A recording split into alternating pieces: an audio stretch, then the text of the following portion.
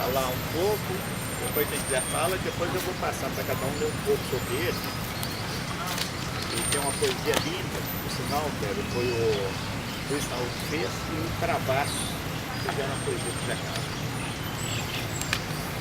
Na verdade, nós em 1966, 67, 68, a gente militou junto aqui em Belo Horizonte. O Zé Carlos já era da Escola de Direito e naquela época tinha uma disputa intensa pelo TCE. Inclusive nós até passamos aqui perto de uma sepultura e lemos Zé Mateus achando que era o candidato do CAAP e a presidente do TCE, Zé Mateus, que morreu afogado em 1968 ainda. Foi meu advogado, da minha primeira prisão, né? Da sua primeira prisão. 14 de maio de 68. Então, o Zé Carlos era estudante de Direito, nós éramos secundaristas da Ação Popular, e aí a gente fez uma militância muito grande aqui, em 1968, com a morte do Edson Luiz. A gente mobilizou praticamente Belo Horizonte inteiro. E sobre o Zé Carlos eu tenho uma história particular, que eu não contava para ninguém, e a partir desse ano eu comecei a contar. Quando eu fui preso em São Paulo, em 1969, inclusive no dia 4 de novembro, no dia da morte do Marighella, eu estava preso em São Paulo e assisti lá a quantidade de gente que foi presa gratuitamente, né? Quando passava pela rua perto da morte, perto de onde o Marighella foi assassinado. E a gente contava dentro da prisão uma história que era interessante. Cada pessoa que a gente chegava preso, a gente perguntava: escuta, você foi preso porque estava andando depressa, devagar ou porque estava correndo? E aí a gente contava a história que era o seguinte: oi, Frois, tá bom? Beleza? Lá na prisão a gente contava a história que era a seguinte: o cara, naquele dia da morte do Marighella, ele era preso por 3 motivos. Se ele estivesse andando devagar, é porque ele estava fazendo levantamento para fazer alguma ação terrorista. Se ele tivesse andado depressa, é porque ele estava andando depressa para poder fugir da perseguição de alguém. E se ele estivesse correndo, ele era preso também porque estava correndo, porque a polícia já tinha descoberto que ele estava correndo. Então, uma quantidade enorme de gente que foi presa naquele dia. Agora, estou lembrando disso porque o dia 4 é segunda-feira, dia dos 44 anos da morte do Marighella, mas aí aproveito também para poder contar a história. O mesmo avião que trouxe o Frei Beto do Rio Grande do Sul para São Paulo, no dia da morte do Marighella, foi o mesmo avião que me levou de volta para o Rio Grande do Sul, porque eu estava militando no Rio Grande do Sul na época. E aí aconteceu um fato interessante. Na disputa pela substituição do ditador com a morte do Costa e Silva, o exército lá no Rio Grande do Sul se dividiu entre apoio ao Médici e ser contra o Médici. E em consequência disso, a ala que apoiava o Médici, olha só o eixo da história, a ala que apoiava o Médici para poder ganhar a disputa interna, acabou soltando vários presos políticos para poder dizer que eles eram os homens da abertura política, né? E foi a pior ditadura, a ditadura sanguinária que nós tivemos foi exatamente do Médici. O que é que eu estou dizendo isso? Porque ao sair, quer dizer, exatamente por causa dessa prisão, eu saí da prisão e aí andando por Porto Alegre, até esperando a hora de um ônibus para poder me levar para São Paulo, eu encontrei por acaso na rua com o Zé Carlos Mata Machado. E aí sentamos num lugar em Porto Alegre, conversando durante 3 horas. Eu marquei um ponto com o Zé Carlos em São Paulo para daí a 3 meses. Isso era dezembro de 69, eu encontraria com ele em São Paulo em março de 70. Por uma série de circunstâncias, inclusive por um vacilo na minha militância, eu acabei achando que eu devia continuar militando na legalidade em Belo Horizonte e não fui no encontro com o Zé Carlos Mata Machado. Se eu tivesse ido, com certeza eu estaria hoje morto, junto com o Zé Carlos, com o Gildo, com o Paulo Stuart, grande amigo João, e com mais dezenas de pessoas que foram mortas no processo da APML. Fernando Santa Cruz, Humberto Câmara, Onestino Guimarães. Então, na verdade, quer dizer, por um golpe histórico, eu acabei não indo para São Paulo, não encontrei com o Zé Carlos, e ao não encontrar com o Zé Carlos, eu não continuei a militância na APML e não fui morto junto com eles. Por causa disso, nós estamos aqui fazendo essa homenagem, e eu digo em alto bom som: Zé Carlos Mata Machado, presente! Edgar Godoy da Mata Machado, presente! Araci, dessa poesia aqui, muito bonita. Depois nós...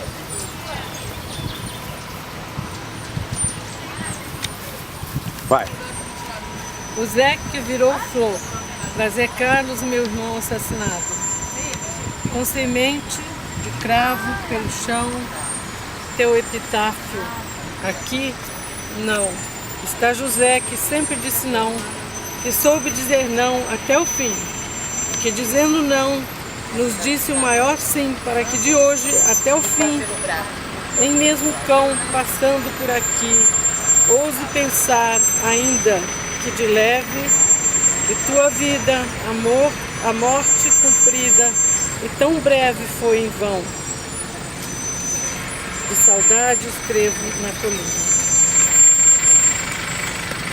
Luiz Raul, gente, para quem não conhece, Luiz Raul foi o presidente da UNE em 1969, substituiu Luiz Travassos, que era o presidente até 1968, e o poema é assinado pelos dois em homenagem ao Zé Carlos Mata Machado. Nós temos aqui também um texto da Doralina Rodrigues, da família lá de Pedra Azul, minha Maria. Foi direção de AP também, psicóloga em São Paulo, né? E sobreviveu pela direção. Inclusive a minha prisão em 14 de maio de 68, Ana Maria, nós estávamos saindo de uma passeata em frente à igreja de São José e caminhando para a Praça 7. E eu era a segurança dela. Eu não sei se foi por intuição ou por ingenuidade, na hora que o Tassi Tassi Menecias e outros torturadores vieram para cima dela, como eu era segurança, eu vim pegar primeiro e ela saiu correndo. E naquele dia é interessante, eu não sofri muito, porque teve uma greve de taxistas de Belo Horizonte. Então eles prenderam mais de 100 taxistas. Então as salas ficaram abarrotadas. Então, ali o Tassi com outros torturadores foram para essas celas taxistas e aí... E quando eu cheguei na cadeia, é engraçado, quando eu cheguei na cela, estava saindo o Robson, que era o presidente do centro acadêmico lá da Faculdade de Medicina, que estava respondendo o inquérito policial militar, e eu encontro com o Nilmário Miranda, o Leovelzildo e um outro que eu esqueci o nome. Então, na verdade, o Robson estava saindo e eu estava entrando no lugar dele. Aconteceu um fato, assim que, na minha recepção, que a hora que eu estava prestando um depoimento para outro torturador, que é o Ariovaldo Dora, que era o escrivão do DOPS, mas era torturador também, eu ingenuamente perguntei ao Ariovaldo quem que era esse cara que me prendeu. Falei, esse termo de juventude, né? Quem que é esse cara que me prendeu? Ele levantou e eu pensei que ele foi tomar um café ou uma água. E de repente entra o Tassi dentro da sala que eu estava prestando depoimento, me levantou, que ele tinha quase 2 metros, fortíssimo, me levantou pelo gogó e falou assim, cara, não, seu filho da puta, eu sou doutor, e me jogou no chão. Eu esparramei lá no chão, e aí não tive outra alternativa que se amar um safado, um torturador de doutor. Eu falei, então tá bem, doutor. Então esse foi a entrada. E quiser, você está de óculos, então pra gente terminar, tem alguns depoimentos aqui, por exemplo, do Bala Doce, que é uma pessoa reconhecida, né? Ele é amigo pessoal do Zé Carlos, e deu esse depoimento pequeno aí sobre ele. Zé Veião foi o maior amigo que tive em minha vida. No momento em que recebi a notícia do assassinato pelos jornais em Montes Claros, chorei muito, sentei no piano e compus uma música para ele no estilo que ele gostava, lenta. Augusto José Vieira Neto, Augustão Bala Doce, assessor do Zé. Nilson, tem um outro aqui pequeno, dá uma lida aqui.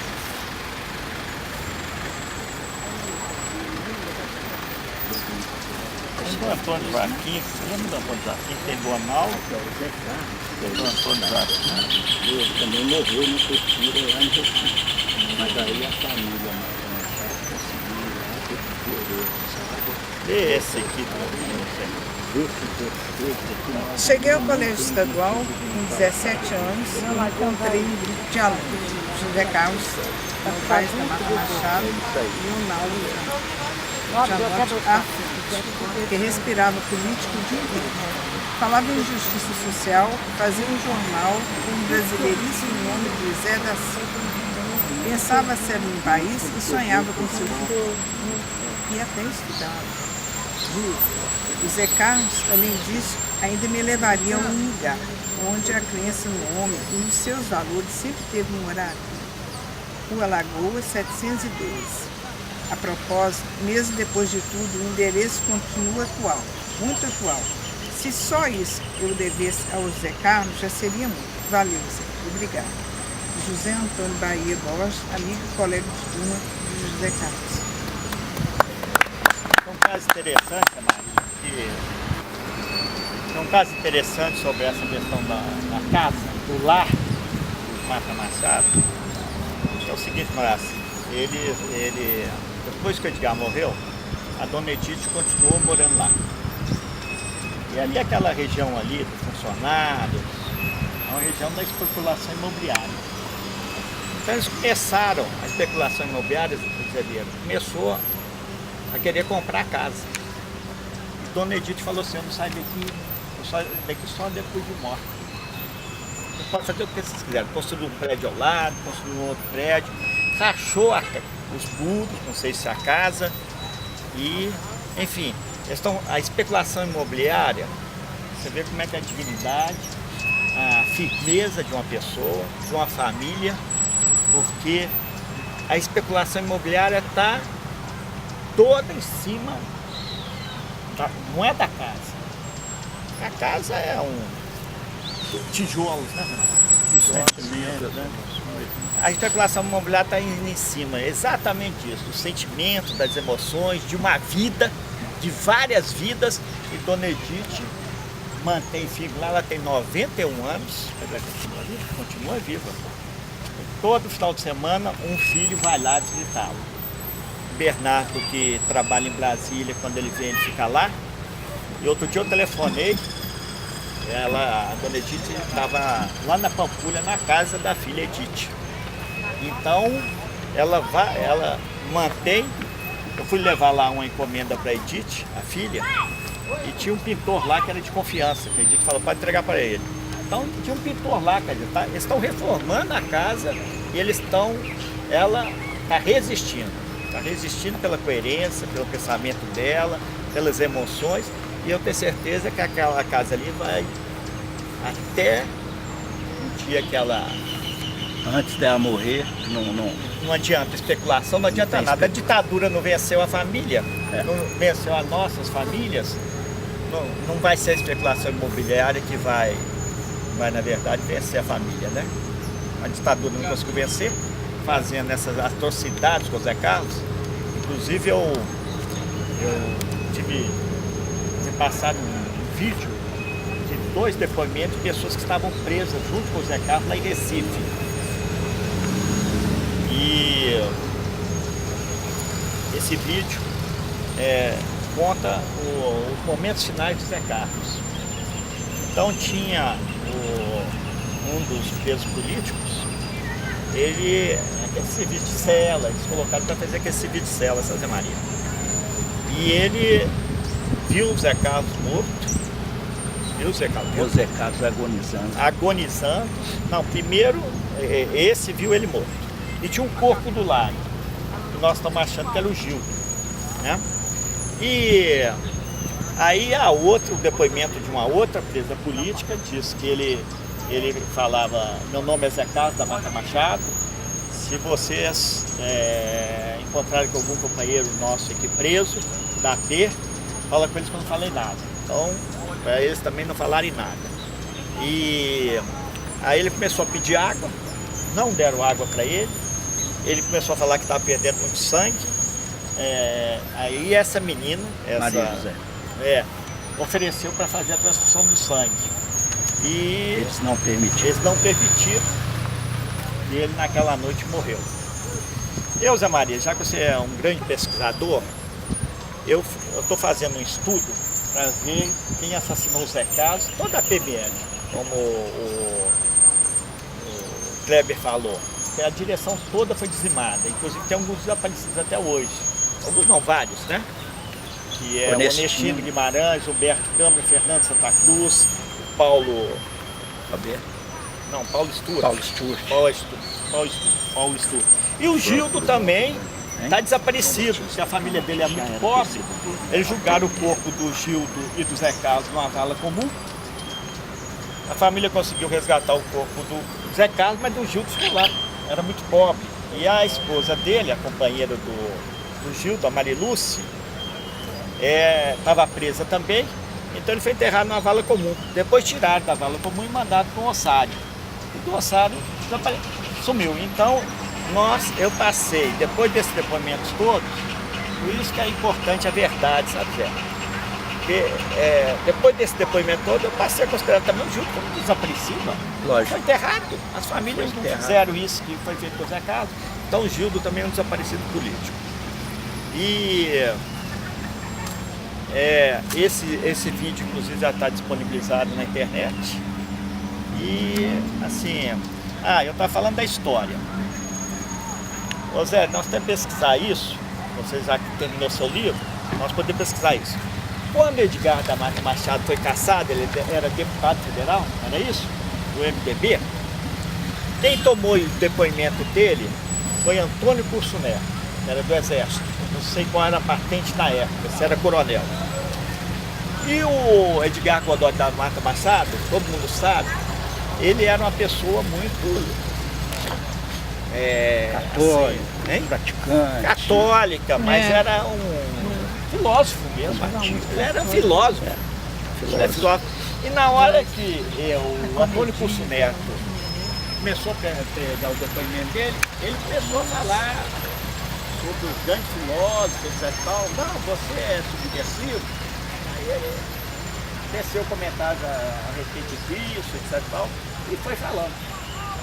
E esse coronel Antônio Curso Neto não entendeu absolutamente nada daquilo. E isso não está escrito no livro. O depoimento do Edgar de cassação, o depoimento tomado pelo Antônio Curso Neto, está no livro, Memorial de Ideias Políticas.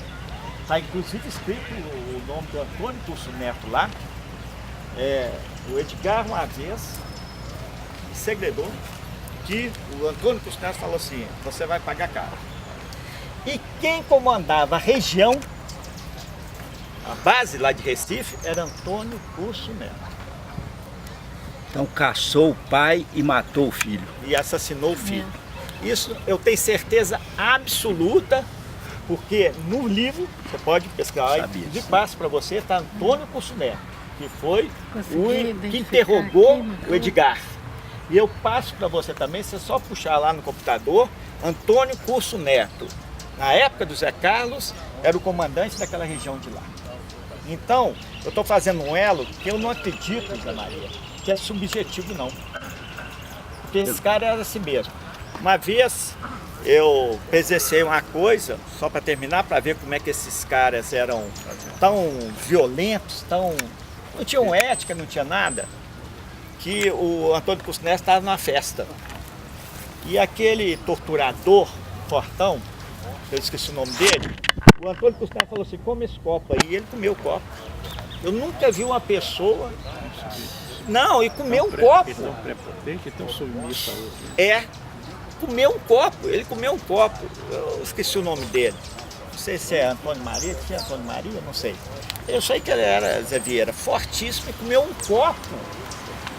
Eu vi isso, eu presenciei isso. Então, gente, inclusive a tese da Hannah Arendt, né, da banalização do mal, né? Por que eles fizeram isso com tantas pessoas, né, o nazismo? Sem necessidade. Então, fala-se inclusive que eles projetam nas pessoas eles mesmos. É a projeção deles. O que eles gostariam de fazer com eles, eles fazem com os outros. Então, nós estamos despedindo dessas homenagens. Eu considero, Zé Maria, aí cada um podia, inclusive você, o Wilson, que não falou nada até agora, e Zé Maria está precisando de ir embora, cada um fala uma coisa para a gente ir embora e terminar as nossas homenagens, que foi a primeira vez na história de Minas Gerais que foi feita uma homenagem como essa, no Horaci. Vai.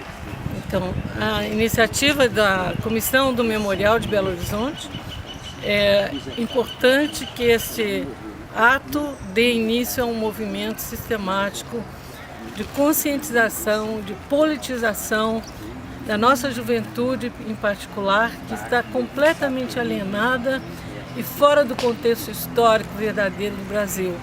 As escolas, as universidades, o teatro, a cultura popular, a cultura erudita tem que falar em todos os momentos sobre o que aconteceu durante a ditadura, sobre os desaparecidos, sobre os torturados e, em particular, a tortura que ainda continua no nosso país até hoje, escondida, e que nós precisamos falar dela com toda a coragem.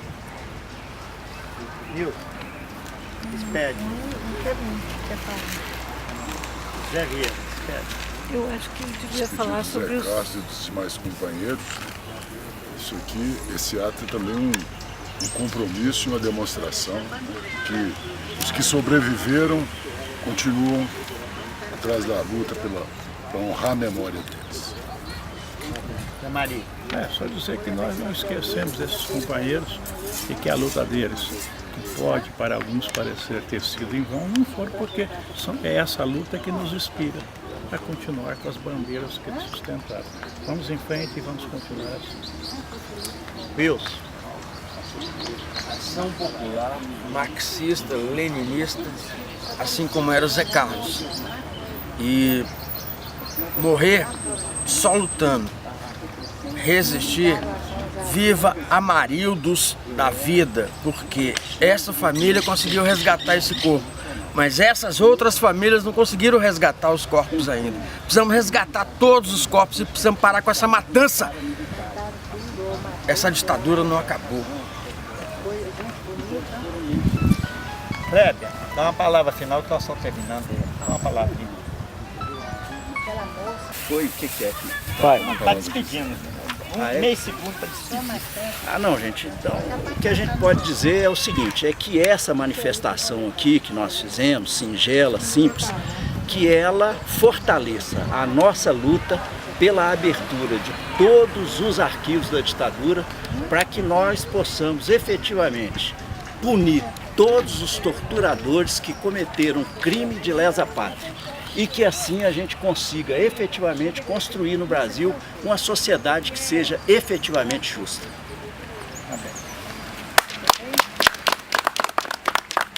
Venceremos! Venceremos! Venceremos! Venceremos! Tá vendo na camisa dele? Aquela ali deve ter morrido, deve estar. Olha lá, bonito, tá vendo?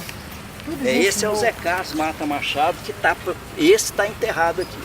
Bora, Zé Carlos. Ele não conseguiu subir. Não, eu vou pegar. Isso aqui é sua, né, amigo? Eu